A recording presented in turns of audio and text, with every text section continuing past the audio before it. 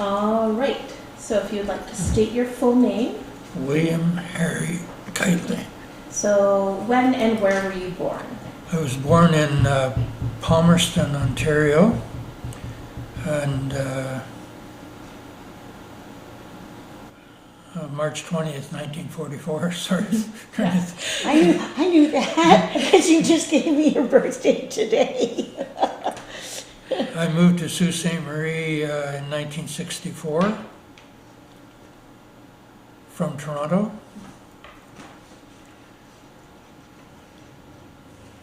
I came here by myself. I actually didn't know where Sault Ste. Marie was, like most people in Toronto. Eh? Yep. So why Sault Ste. Marie? Why Sault Ste. Marie? It's just a job. Okay. Yeah. Yeah. I wonder if I'd be interested in tell a bit of your background about where you did your internship and that. I worked in Elmira. Mm-hmm. I was a student in Elmira.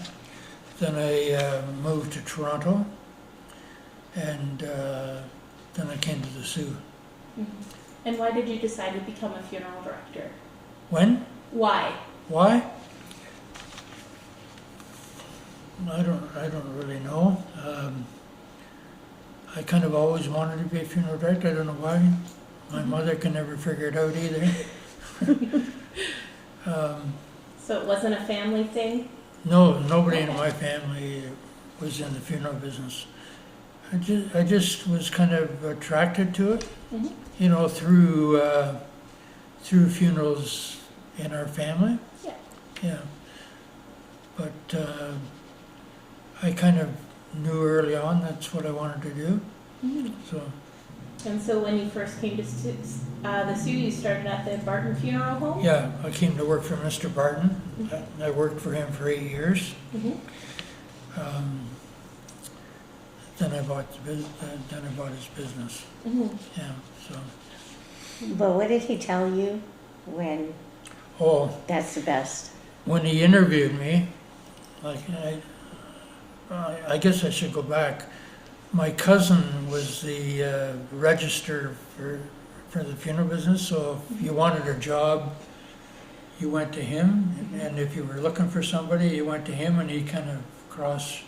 So he knew that I was interested in, you know, moving. Mm-hmm. So he phoned me one day and said there was a job in Sault Ste. Marie with Mr. Barton. He said, I don't know anything about him other than he's never been able to keep a licensed funeral director more than 2 years. But I don't know why. So, and I soon found out why. But, yeah, he was a great guy, but he was very, when he wanted something done, he wanted it done like now. Yeah. Yeah. And that was fine with me. And, you know, I was single, so I spent a lot of time, he lived over the funeral home, Mm-hmm.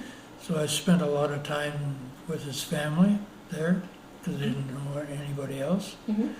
But he was a great guy, just very old-fashioned, but heart of gold. And if it wasn't for him, I wouldn't have been able to buy the business. Mm-hmm. He told me when he interviewed me, he said, now if I like you and you like me, when I come to sell my business, Mm-hmm. you'll be the first one in line to buy it. And I don't ever want to talk about it until that day again. and he never did. I came down one morning to work, and he said, do you know what we talked about 8 years ago? And I said, yeah. He said, well, today's the day. You've got 3 months to do it, and this is the price. It's not negotiable. But that's the way it was, so that didn't surprise me. You know? Yeah. But I could understand why some people would have trouble with that. Mm-hmm. You know, he was very impulsive. Eh? Mm-hmm. If he wanted to, if I was well, say if I was in the middle of embalming somebody, Mm-hmm. he'd come in and he'd say, I want to go to the island, which meant I want to go to the island right now. So it was fine with me. I had nothing else to do. Yeah, but he was a great guy. Mm-hmm. And now when you bought his business, did that include the one on the island, or did his No. brother own more of that one? No, they closed the island business Okay. way before that. So, yeah, no, it was just the one in town. Okay. Yeah. Yeah, the island business was more when he was overseas, like during the war, Yeah. and his brother Tom kind of ran things. Mm-hmm. But really after that, when he bought the place in the Sioux, the island kind of disappeared. Yeah, okay. Yeah. Mhm. What else we got here?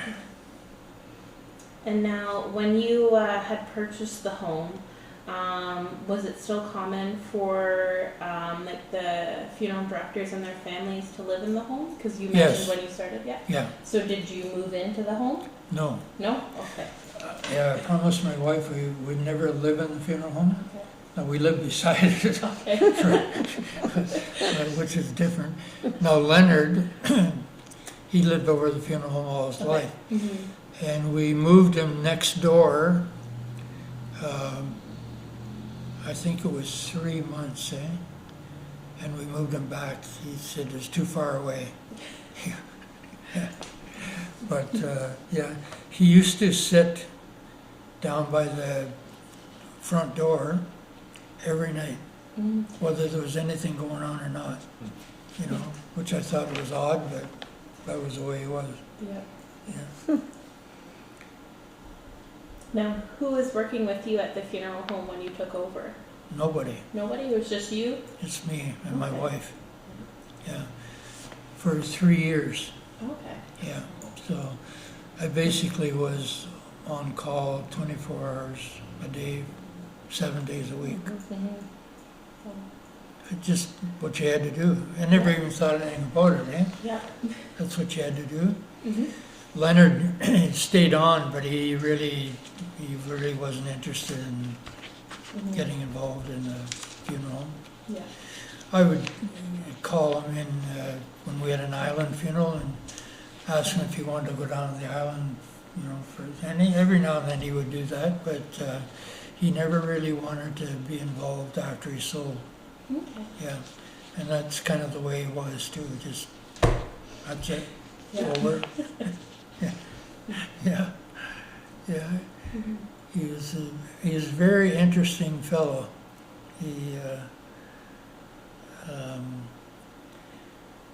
He was old-fashioned, Mm-hmm. and he used to complain that Jim Arthur was a big business in town, and he used to say, well, Jim buys his business, he pays off people, which was not true.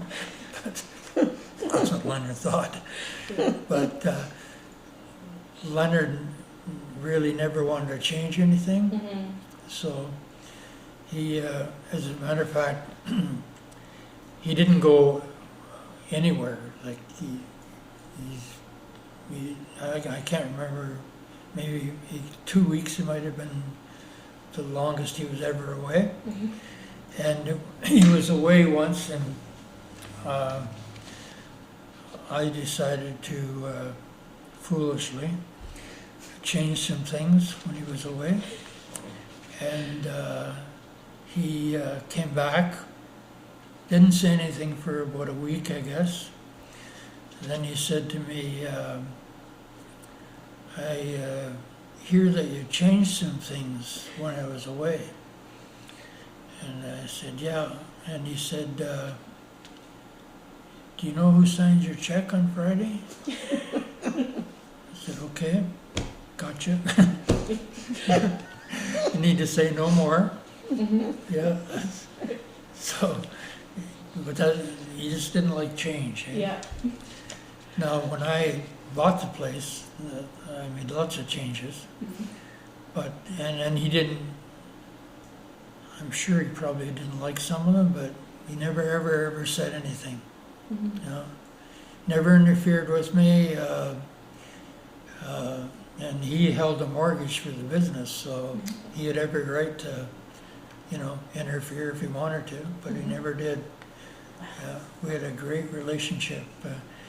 Never ever had words with him, ever. And all the time I worked for him and after, Yeah. yeah, and not too many people you can say that about, Mhm. you know, yeah. It's because I was afraid of him. Eh? I wouldn't have words with him. I was afraid of him. Well, yeah. Until I got yeah. to know him. Well, he was very Oh. stoic, eh? Yeah, that would be good. Always wore a black suit, Mhm. white shirt. I used to say to him, Leonard, like,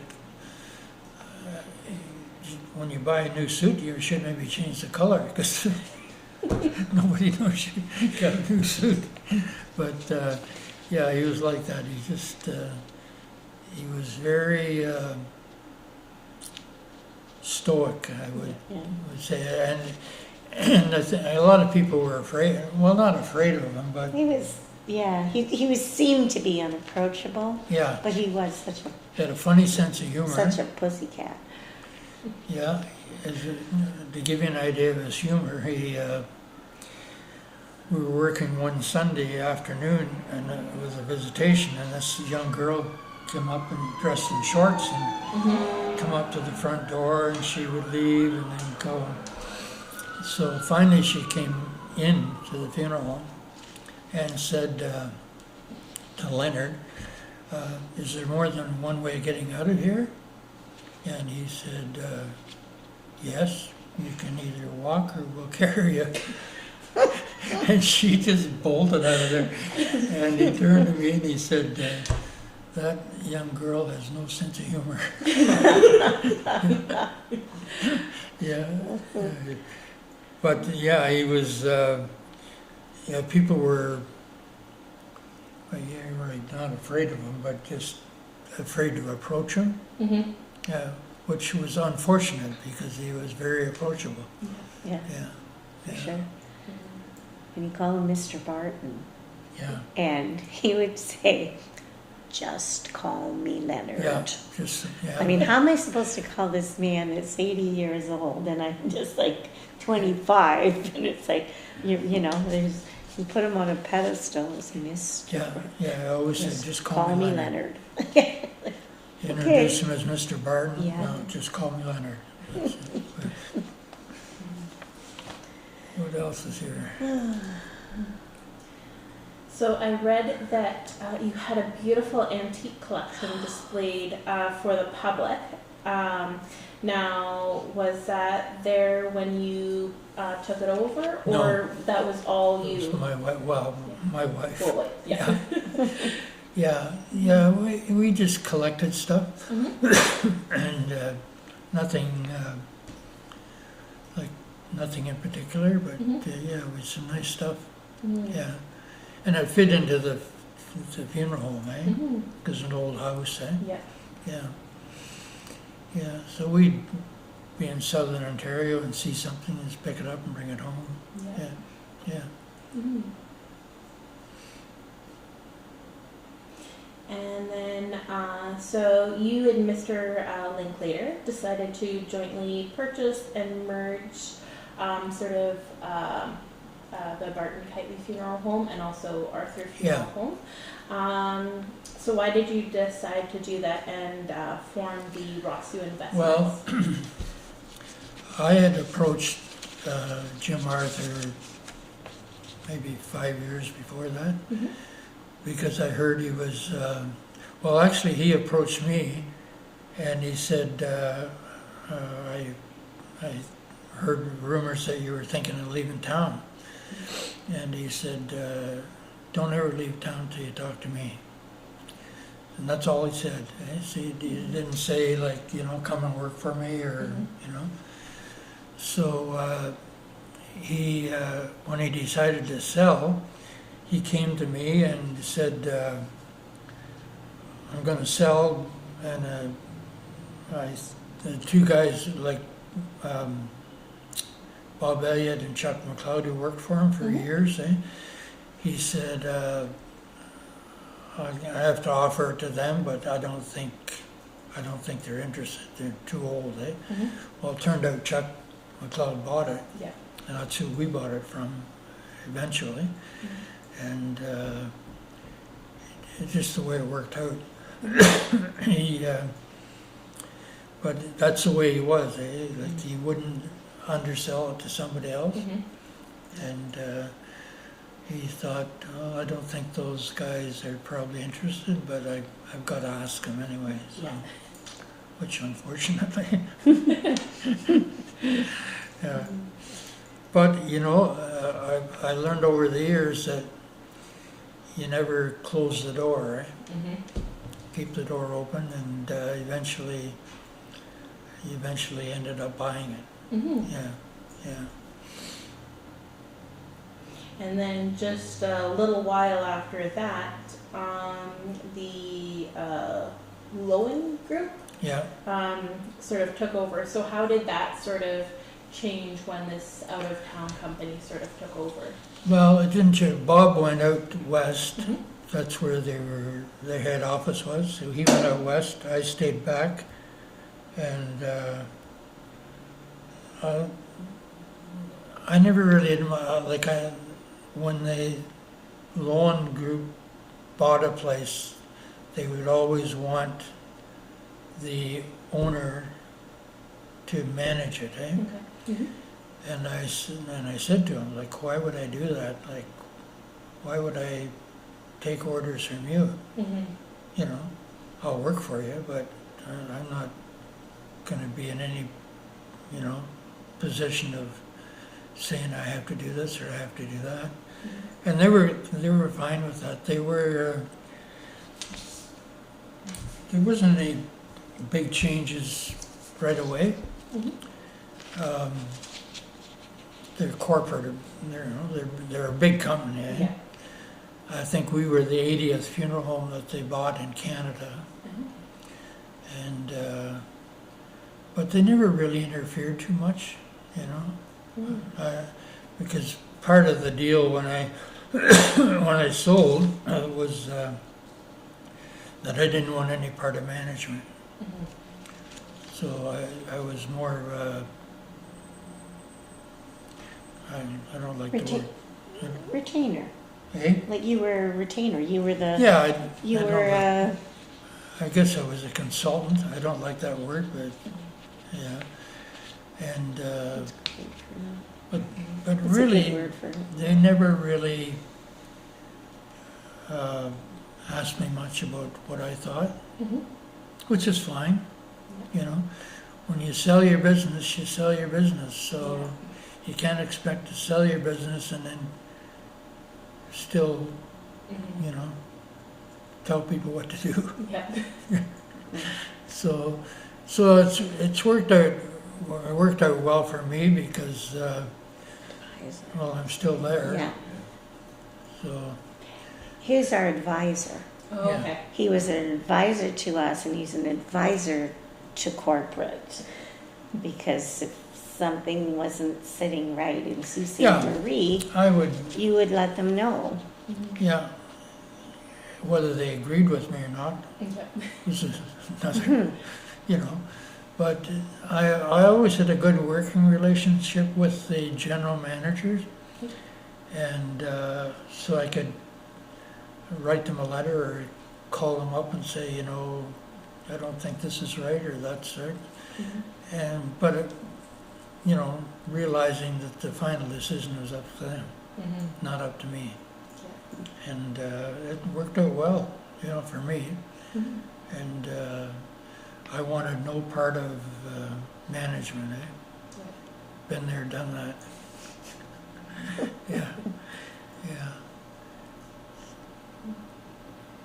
So, what other changes were happening to the funeral home sort of after 1992? Because that's sort of when the written history sort of ended.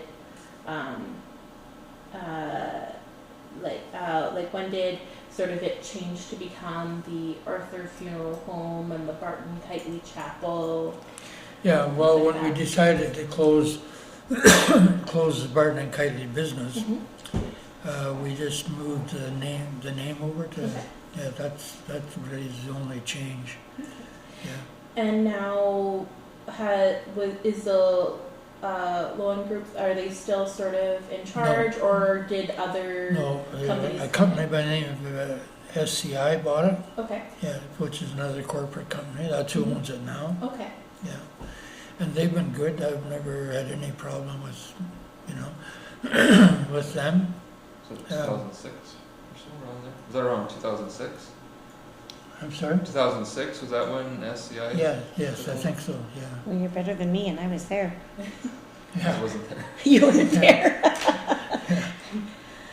I think though, with the name, like just even from Lowen to Alderwood to SEI, the only thing that ever changed really was who was signing the paycheck.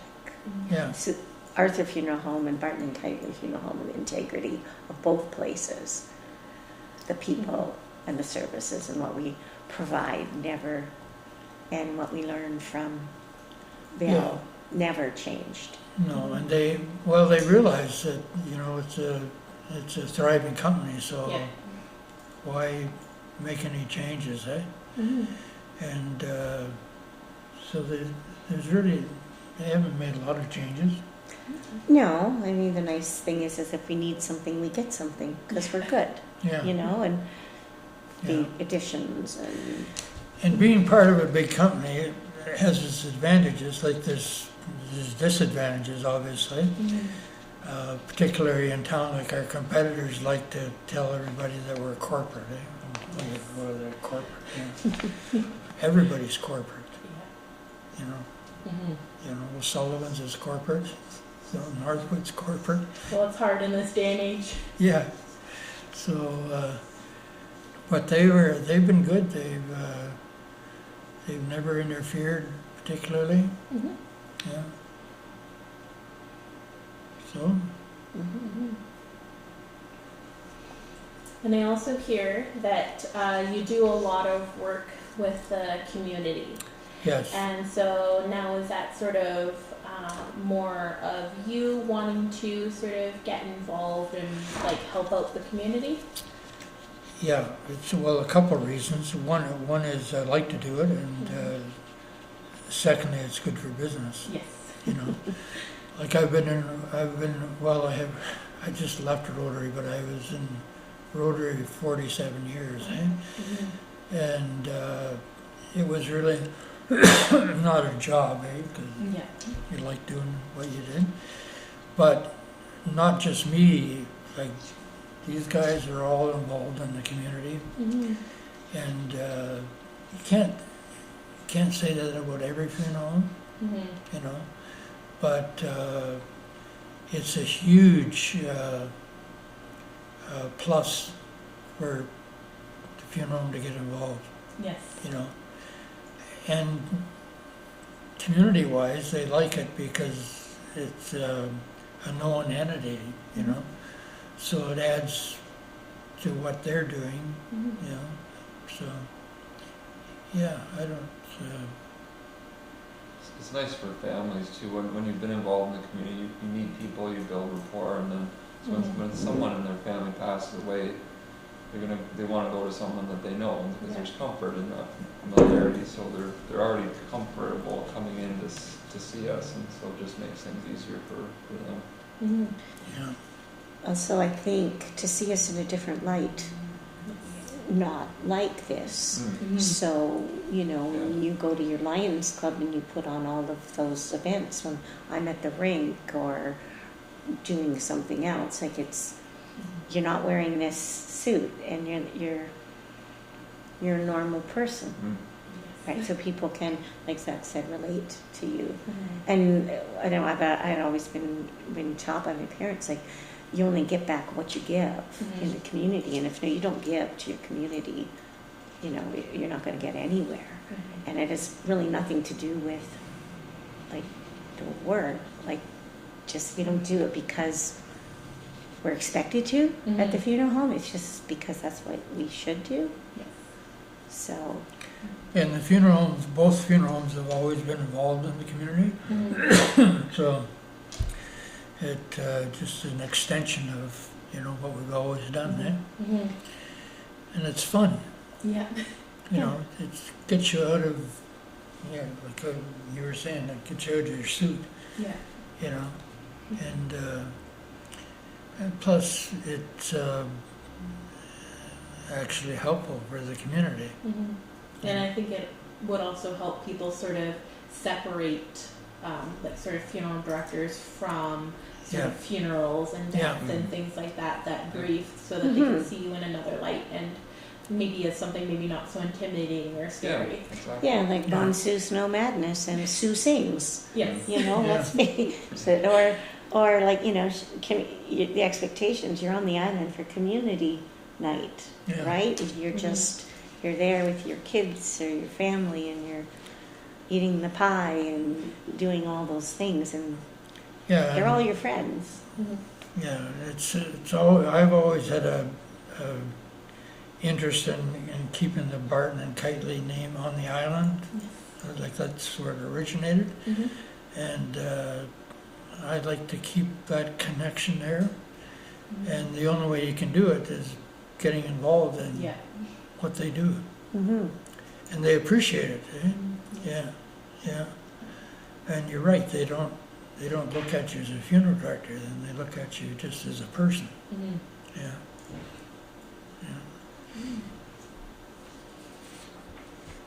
So then we also have maybe some a little bit more general questions. So, do you know much about like the history of the funeral home, sort of, just maybe in general, or like before you moved to the Sioux, so before the 60s, what funeral homes used to be like? Yeah, well, we gave you a history, eh? Mhm. Yeah. I can't verbatim go. No, I was just wondering if you had any other added little things.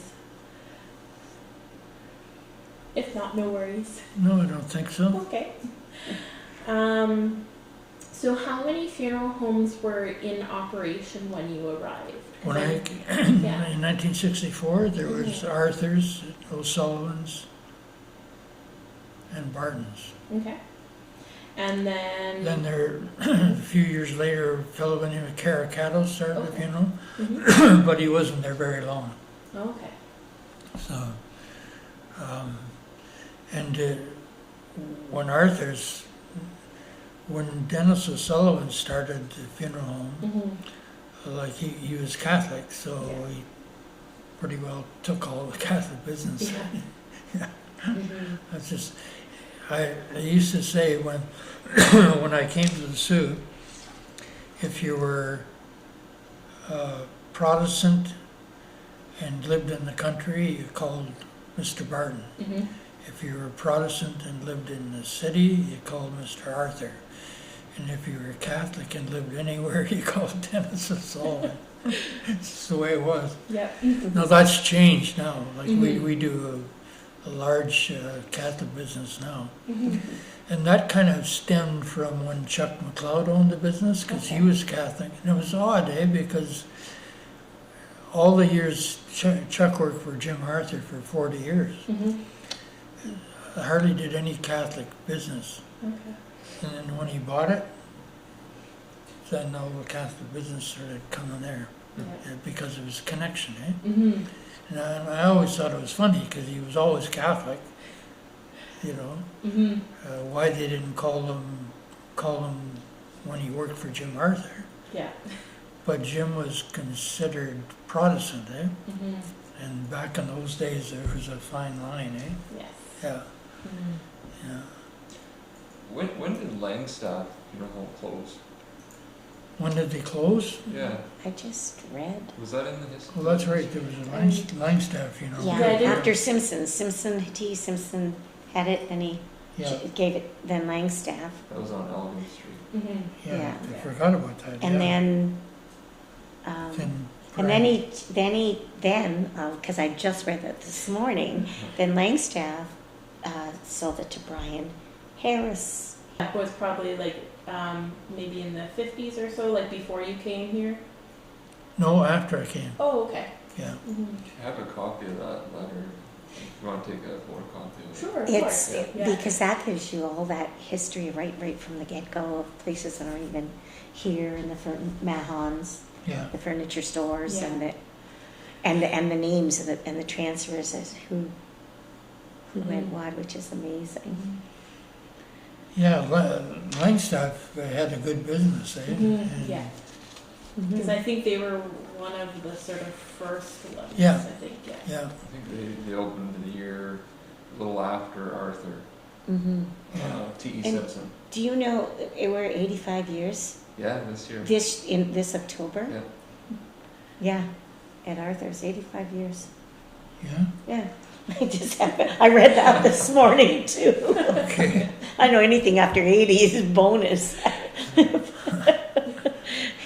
Yeah, I Mhm. was looking at the dates. Yeah, So, 1938. yeah. So crazy. Mhm. I want to address that there was a question there, and you better than anybody. When you bought Arthur's, we kept the businesses separate Yeah, for quite a while yeah, Mhm. because I yeah, worked with you at Barton and Kiteley, yeah, and there was a reason for that. yeah, yeah, that was intentional. And it's funny, with the transition, there's really never been any issue with the transition. Even when we closed Barton and Kiteley, Mhm. I thought, well, you know, some of the Island people might not like that, Yeah. but didn't make a bit of difference. They've been so loyal. Yeah, Well, Yeah. Because I remember we had my grandfather's funeral at Barton and Kiteley, and then it wasn't long after that it closed. yeah, Mm-hmm. Because I remember it was sort of right across the street from St. Luke's. yes, That's right. yeah, Yeah. yeah, 2017, 2018, I think. Mm. around Mhm. Yeah, and I think at the beginning, there was such that, like you said, there was the Protestant country, the Protestant city, and the Catholics, and you wanted to keep it. That's a big transition then, right? Yeah. And with reputations being what they were, so you don't superimpose the staff between the two. You keep the people that everyone's used to seeing yeah. there till. And it was a sort of situation where if you knew Debbie Jo and she worked at Arthur's, Mhm. but you wanted the funeral at Barton and Kiteley, Debbie just come over to Barton and Kiteley. Mhm. And yeah, so it But worked out. initially, it was like, let's just keep things, Yeah. and then it just became, yeah. it Well, I was learned just- early on that you don't change things. You know, you can subtly change them. Mhm.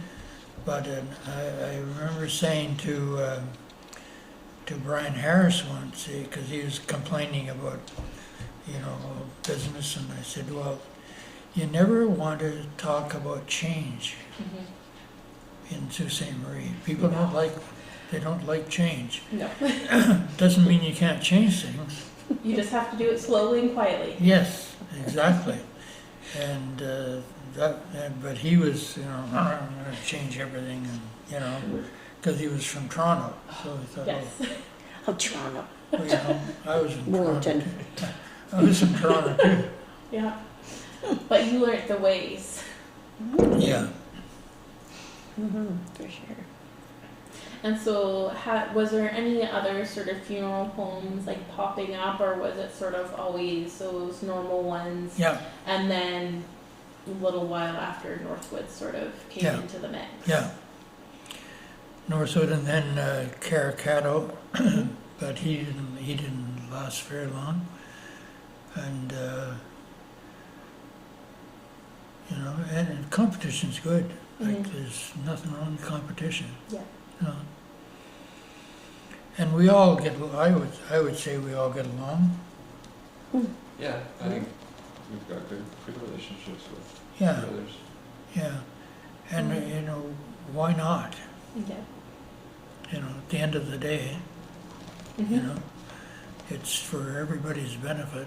Yeah. Yeah. Mhm. Mhm.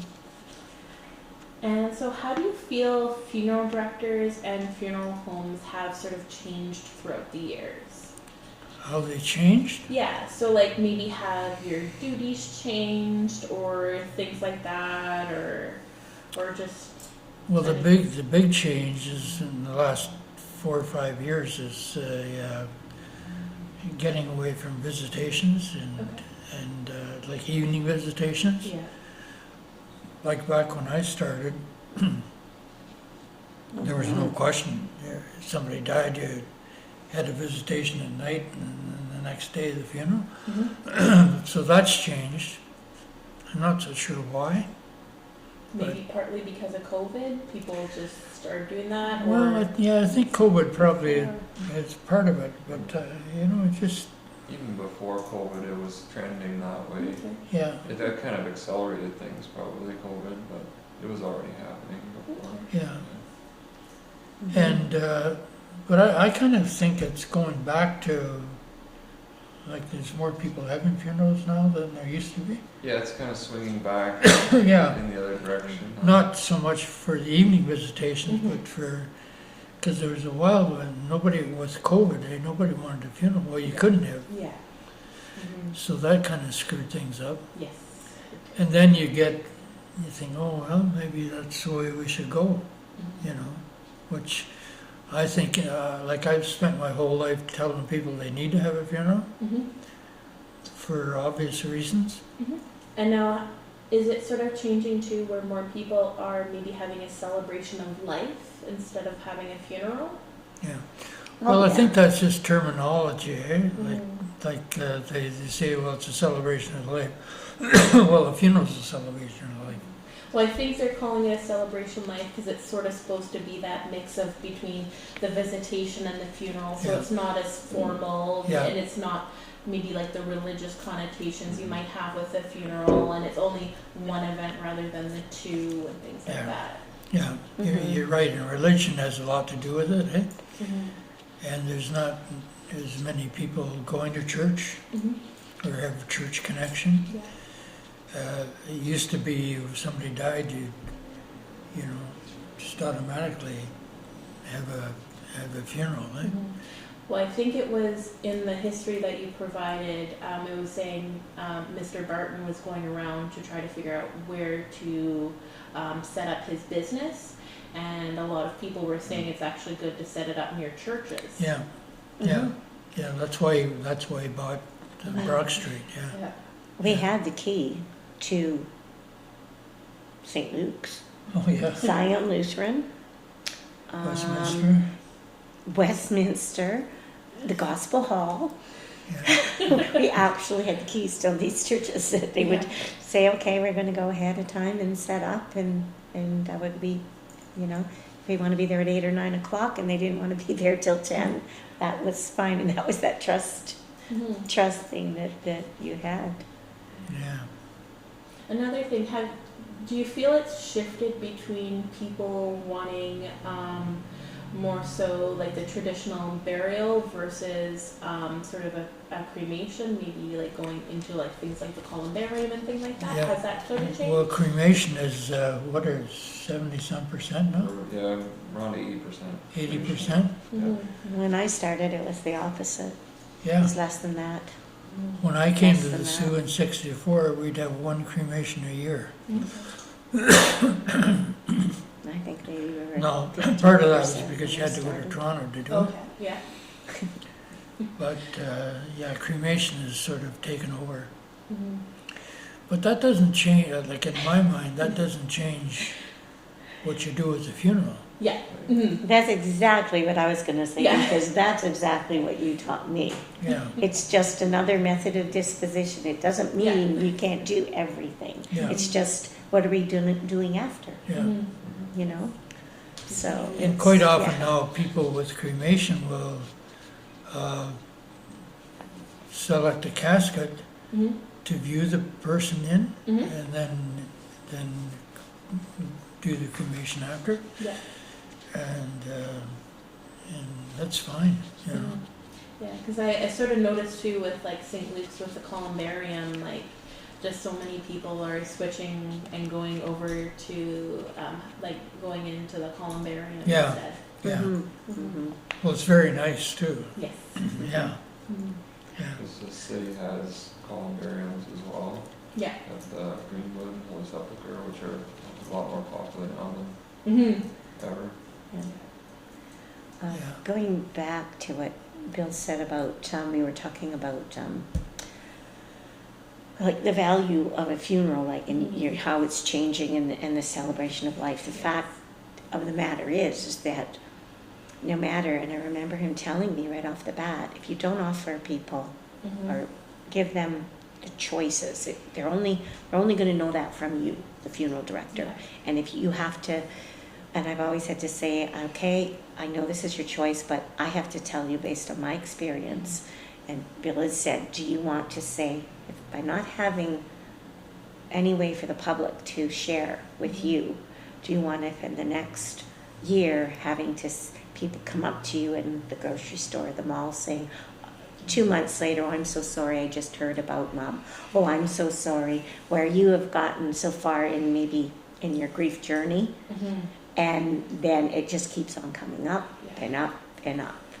Well, And that allow that sort of one time everybody gets to, because I'm not going to drop by your house if you don't have anything. mm-hmm. I know you, but not well enough to drop by. Mm-hmm.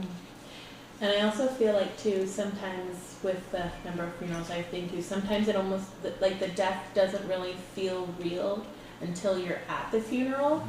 Yeah. Like you kind of come to terms with it more, and it kind of sort of sets in and it feels real, and then that's sort of when you can start moving on in the grief process, because before it's easy to sort of maybe hide from things because you're not dealing with Mm-hmm. the loss in Yeah. the same way with the reality of having a funeral or a celebration of Yeah. life. And Yeah. we've found that too. We've offered people the chance to if they've done nothing, let's say, just cremated, and offered them the opportunity to have a private family moment, even just to say goodbye to that person, not in the hospital bed, but in a much more comforting setting. Mm-hmm. And if you don't offer it, and then that in turn turns up to the next time there's something. Now we want more. We know we need more. Yeah, and I think a funeral director is in a unique position to explain that to people. Mm-hmm. Where who else is going to explain that to them? Yeah. The value of getting together and sharing. Mm-hmm. Clergy's not going to do it.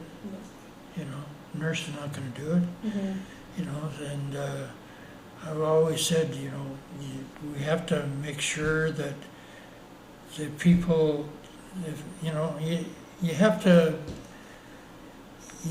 understand if that's what they're going to do, they're going to do, okay? And nothing you can do about that. But if you don't sort of push them, and I don't mean that in a pushy way, but Yeah. explain to them the Yeah. value. Mhm. Like for instance, so you go downtown next week, and what are you going to do? People are either going to ignore you, walk across the street so they don't have to deal with you. Mm-hmm. So isn't it best to get that done right away? Yes. But nobody else is going to tell you that other than the funeral director. Mm-hmm. And we wouldn't be doing our job if we didn't. Yes. So. Yeah. Well, certain elements of funeral services have changed. Maybe not so much the religious component, but certain things stay the same. Gathering together, people come together as family and friends, sharing stories, supporting each other. That remains constant. That's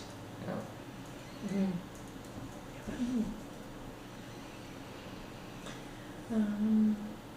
And then also, so how did you like when did sort of women start entering like the profession? Like I guess more so like here in the Sioux, and like were their roles sort of the same as men? Like were they like allowed to do sort of the same tasks as a male funeral director? Well, Lala maybe was the first woman, I guess, funeral director, right? Mm-hmm.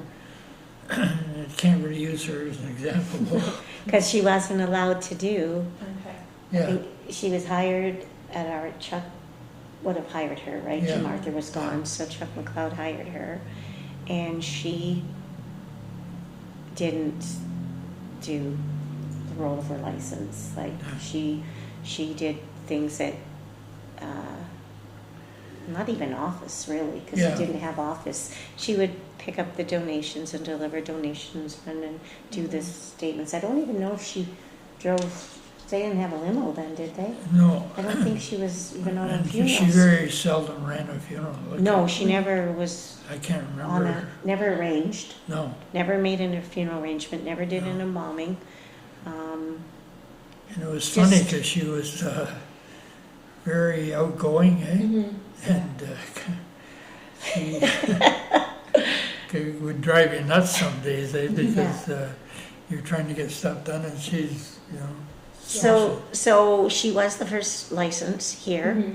and she was never allowed to use that Yeah. in the era. And that was sort of Until- the early 70s. I guess Yeah. maybe, I'm not sure because I wasn't. Yeah, I think But- so. When Bill bought Arthur's, Mm-hmm. and she started giving her a little more, it was like, if you're a licensed funeral director, Yeah. we're gonna use you. Mm-hmm. So she started to do arrangements Yeah. then. She never ever went, she No, never we have did. a lot of ladies on staff now, like Yeah. probably half, eh? Mhm, I would mhm. think, eh? And they Yeah. just do everything. Yeah. Yeah, so she was, at least did arrangements and drove the limo and Yeah. that kind of thing. But Deb, you would have been the first female director that Yes, because did everything. then, shortly the year after, you bought the business in 84? Yeah. 84, yeah. The year after, I had expressed an interest. Like there are more women graduate from Humber College now than men. Okay. Yeah. Mm-hmm. A lot. Not more. in mine, when I was Yeah. still a minority when I Mhm. graduated. Yeah. But, yeah, so then when I was hired, the expectation, there was no, I mean, I knew what I was supposed to do, Yeah. and they certainly let me, and there was no special treatment, no, and I wouldn't have wanted it. I was like No. 25, 26 years old, so, Mhm. and there was no discrimination, there was no, I worked with an amazing group of men, Mm-hmm. because that's That's all there was. that's all there was. And I was treated as an equal Mm-hmm. and respect, and I knew no different, where I know that at that time, I'm sure in other professions, there would have been people really having to fight, and no, it was nothing. And I worked with, everybody was so much older. Yeah. George Innes was there, and they were all 25 years, 30 years older than me. So it was absolutely the best environment ever. And Another change at Humber College, there's a lot more second career people now. Okay. Yeah. Like back when I was mhm. at school, Mm-hmm. we were all 18, eh? Yeah. Except one woman is old enough to be our mother. Oh, that would have been me when I was Yeah. in school. But now there's a lot of second career people, Mm-hmm. and a lot more women. Yeah. Mm-hmm. Yeah, it's a matter of fact, it's hard to get them. Ask you, eh? It's hard to find a man. It's true. Yeah, But there's simply not as many men that are going into it. There's something to be said for life experience too, Yeah. when you do have that person that's in the second career, that Mm-hmm. is certainly relatable to the people that come through our doors. I had classmates who were in their 50s, 60s going, making a career change at Yeah. that point in their life. Mm-hmm. Yeah.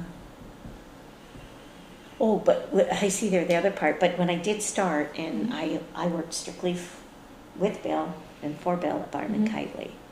And even though the company was the two, were together. And I did have there was a little bit difficult time that I was a woman, not from my employers, but some of the people, that it was a woman, and I was really young, because I was about 26. So that wasn't, that was not the standard. Like from the client? Yes, Yeah. yes.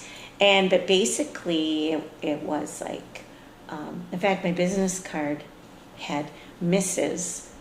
in front of it, because that made, I felt it made it more formal. Yes. I look back at that. Yes, well, she's a married lady, so It's a little bit better if you're married. If you're unmarried, it's like, oh dear. so I felt that maybe gave me a little more. I don't know, oomph, but it didn't take long, especially with working with Bill, and that like, no, like there's no reason for you. You don't need me. This is your, like, sort of like funeral director, and you're, this is who you're sitting with. But I was always sort of worried about that I needed to be, hopefully it's because it was pretty young for the. Well, such a male-dominated business, for years, And such tradition on the island too. Yeah. Like there's not a lot of change. You went from Leonard to Bill. Yeah. So it was like, okay, how do we do this? But complete 110% support. So and then it was nothing after that. Yeah. Yeah. And also, was the term funeral director always used, or were like the other terms like undertaker or mortician more commonly used back in the day? I think funeral director is predominantly the word people use for what we do.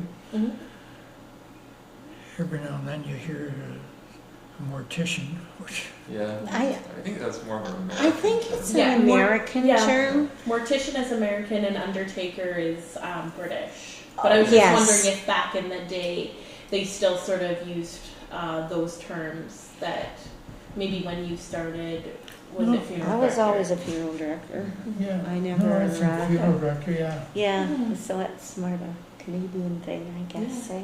Yeah. Pretty interesting. Yeah. But you started out at you were the Canadian School of Embalming, right? Yes. Yeah. So there's the two different, Yes. yeah. Yeah. Then you went to Humber.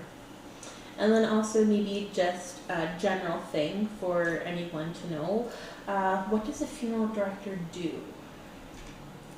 What does a funeral director do? Yes, just if you're answering the public for, just answering the question to the general public, just if they want to know what does a funeral director do? Funeral director does all kinds of things.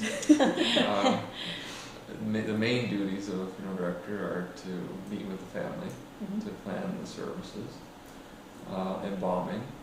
Depending on the license, there are different types of license, but a fully licensed funeral director is trained to embalm. And of course directing funerals. But we do all kinds of other things as well, like building maintenance, cleaning, washing cars. We do a lot of that. Bringing, when someone passes away, we go to the place of death and bring the deceased into our care. All hours of the day and night. There's a lot of administration behind the scenes that most people wouldn't be aware of. It goes into planning a funeral, because it's, what is it, there's a certain number of hours that goes into, it's 100 and some or something like Over that, even though you're doing it in like 2 or 3 days, the actual, if you broke down each task, it's way over like 180 hours or something in that, by the time you actually do what you have to do to pull it together. Yeah. And in a town like this, you're never not a funeral director. Yes. everybody knows you're a funeral director, and so you're always representing, Yeah. your profession and the funeral home and so forth. I would say always cognizant of that. we always have to be on because you have.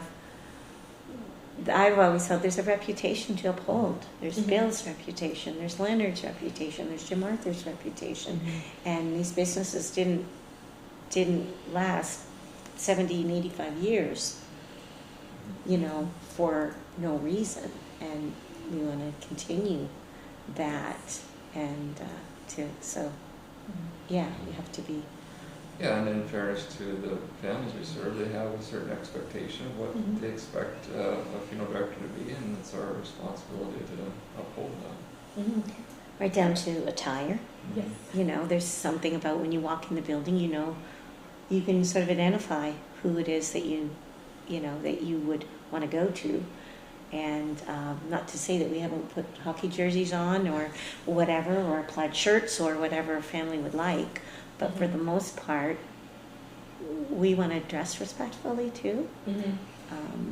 And then you know who you're dealing with. Mhm. And then also, maybe what's the embalming process? We had a few questions from staff about that, Okay. wondering about it. Debbie's probably the best. The actual proper term is preservation or disinfection, preservation, and restoration of a dead human body. That's the actual, if I had to write it on my embalming test, that's what it would be. So you want to make sure that that you treat the body, and if you don't, you end up with decay, moisture, bacteria, decay. So embalming is a very simple process of replacing the body's fluids through the arterial system Yes. with chemicals that are appropriate for, and that's why you go to school Mhm. to make those right choices. And so it's a simple process, but it is something that's Mhm. and basically you just use the arterial system. Yes. It's like putting in an IV, and and then from there, dressing, cosmetizing, casket, hair, cosmetics. Another question, I sort of was hearing some things recently about how maybe in some other countries where maybe their sort of embalming standards are not up to the same as ours. They can have sometimes leaching of the embalming fluids into the earth and contaminating it, and then contaminating the water table. Has there been any talk of stuff like that where maybe like is it as much of a concern here, sort of in Canada, or like with using those chemicals as environmentally? The amount of formaldehyde that actually is in the body after an embalming is very low. Okay. And because of the chemical nature of formaldehyde, it prefers to be a gas. Okay. So for it to be able to leak into the water table, it really isn't very likely here. No, and actually I'm not sure, really anywhere what they would be using, that would be a problem.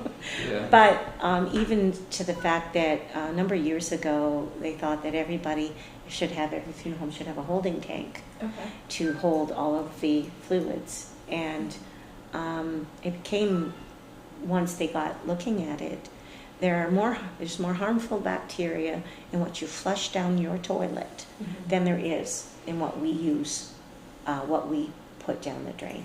And there was no treatment required.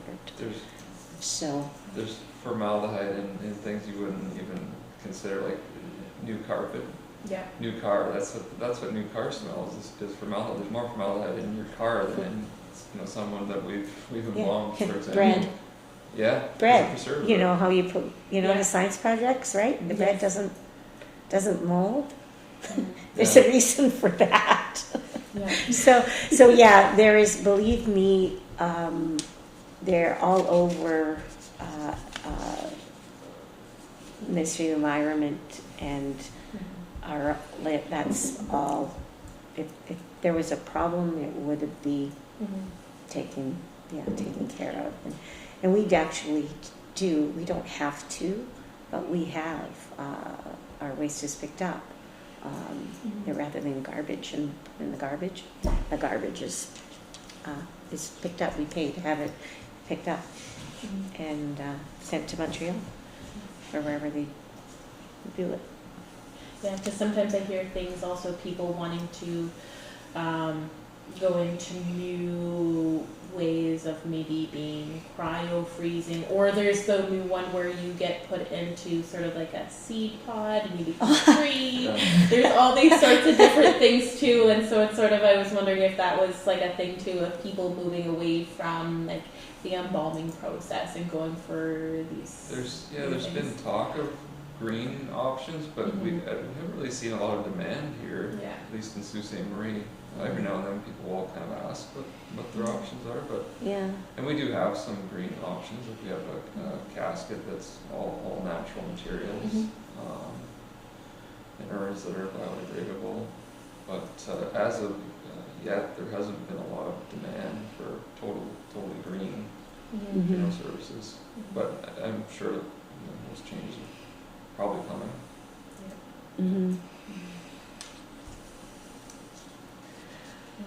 And then also to you, Mr. Kiteley, what are you most proud of in your career as a funeral director and an owner of a funeral home? That's a good question. I think I'm most proud of the fact that I've been able to help a lot of people at their worst time in their life. And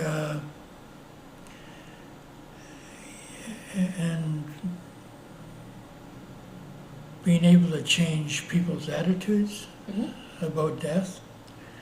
And we used to do, I don't do it anymore, but I used to do a lot of school presentations with kids, which was really interesting, because there's where you get your real questions there. But I think I'd have to say that I'm proud of the fact that I've been able to help a lot of people. You know, not just me, but our group. Because you can't do it alone. No. And then we've always had a good team at the funeral home, which is I'm proud of also. Yeah, we've had great staff over the years.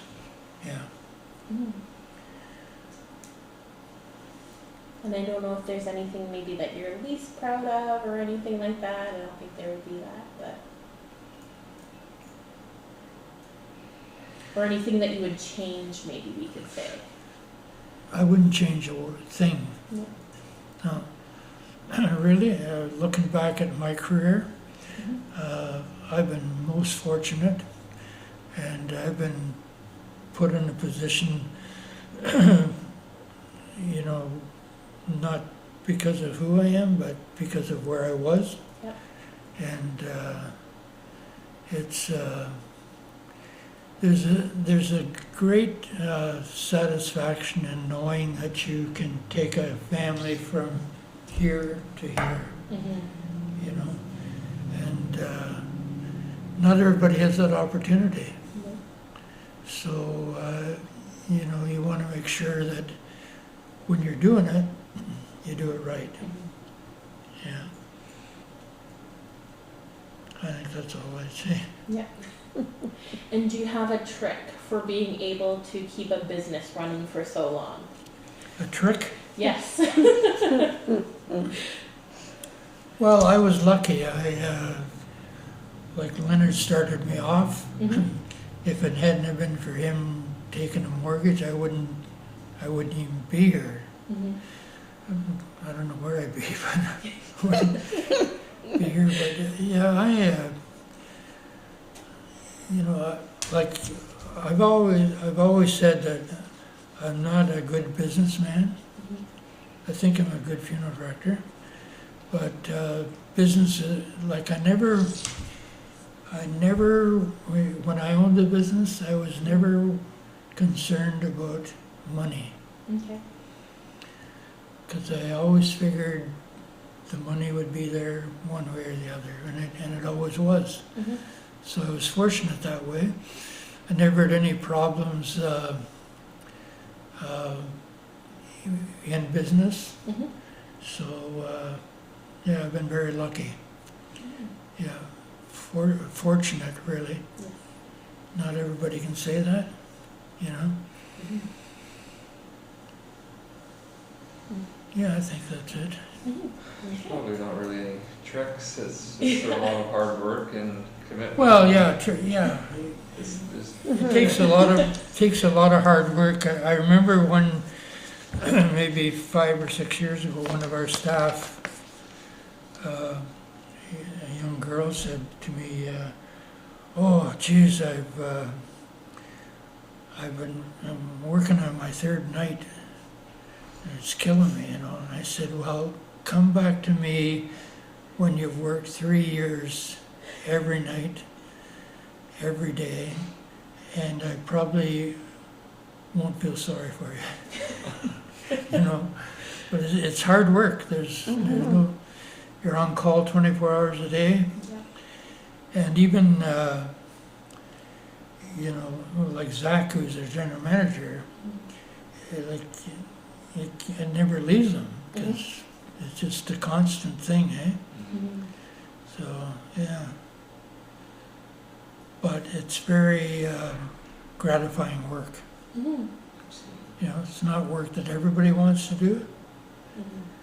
but I've got 3 children, one who's a funeral director, and the other 2 want nothing to do with it, Yeah. you know, so, Mm-hmm. yeah.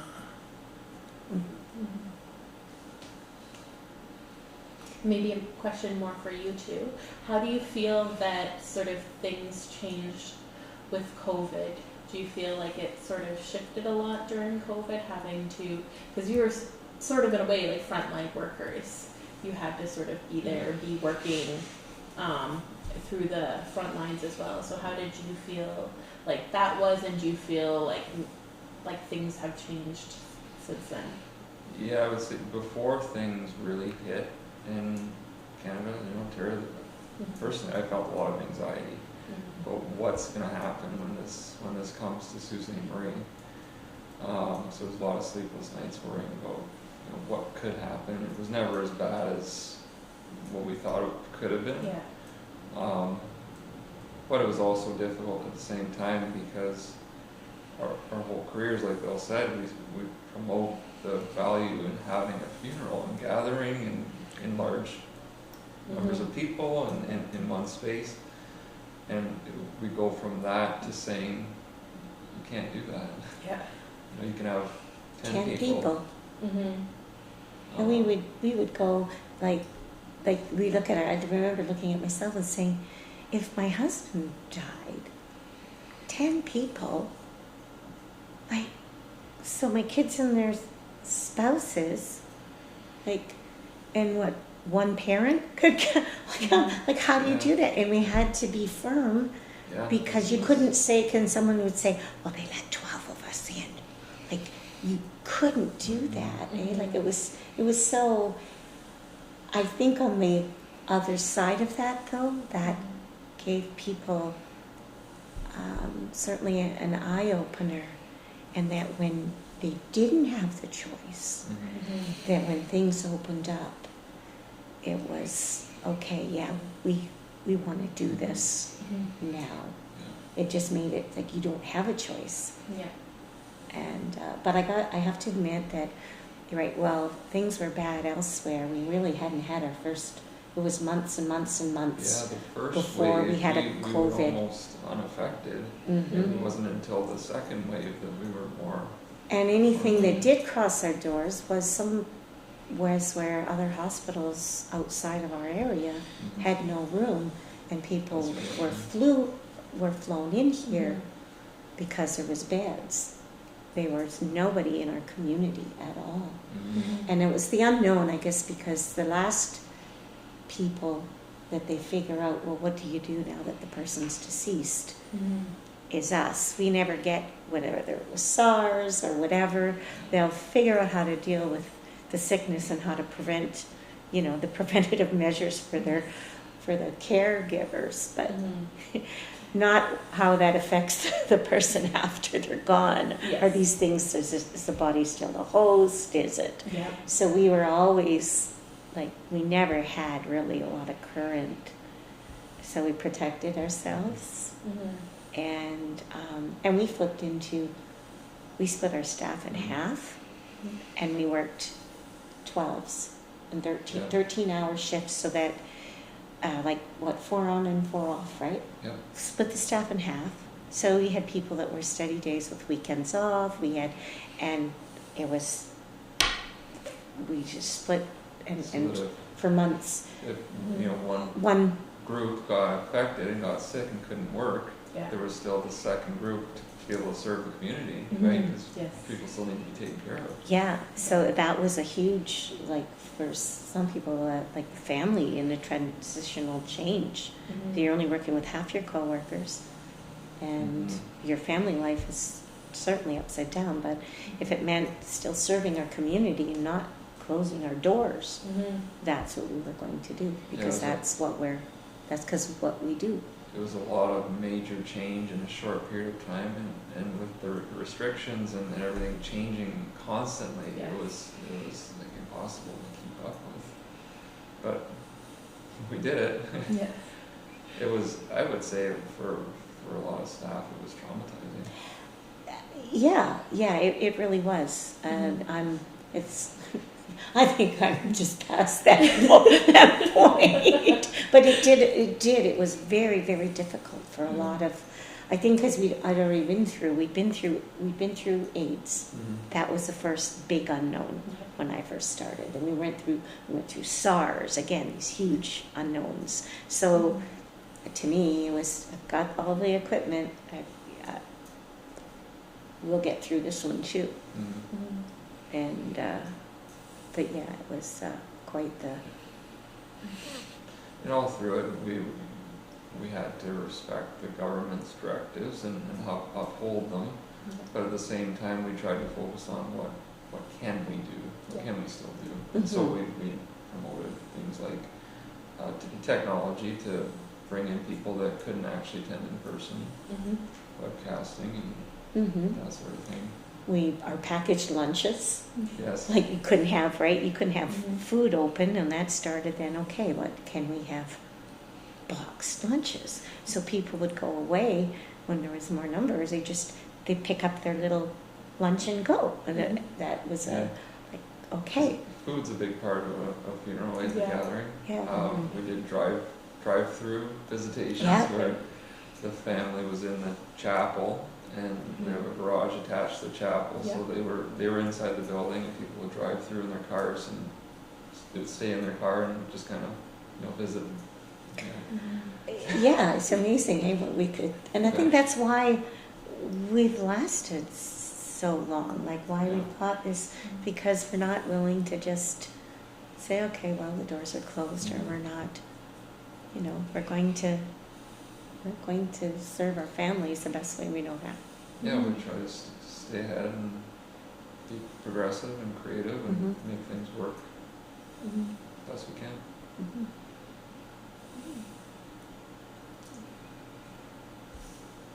And speaking of the different crises that we had in the Sioux, was there a lot of sort of with the AIDS crisis here or with the SARS crisis, was there was that sort of big here in the Sioux? HIV, not so much. More, and SARS was big. The hospital was closed down. It was a sign in, sign out. There was one way in, one way out. It was as bad here as everywhere. When AIDS first started, there wasn't a lot known about it. So, but you couldn't refuse to prepare the Mhm. body. Yeah. That wasn't an option. At all. And so you had to be prepared. And we didn't have, again, we're a smaller community, so a lot of that, SARS, yes, that was pretty big. I'd be more afraid of now, like of when all these things that have names to them aren't as half as scary as the unknown. Mhm. It's really what you don't know. Yeah, that's what's most you know, anxiety-inducing is not knowing. Yeah, Mhm. it is that you don't know necessarily, and there's the preventative measures for you to do. So and it's funny. I think nothing of if a body has HIV, that's nothing. It's Mhm. just nothing. Yeah.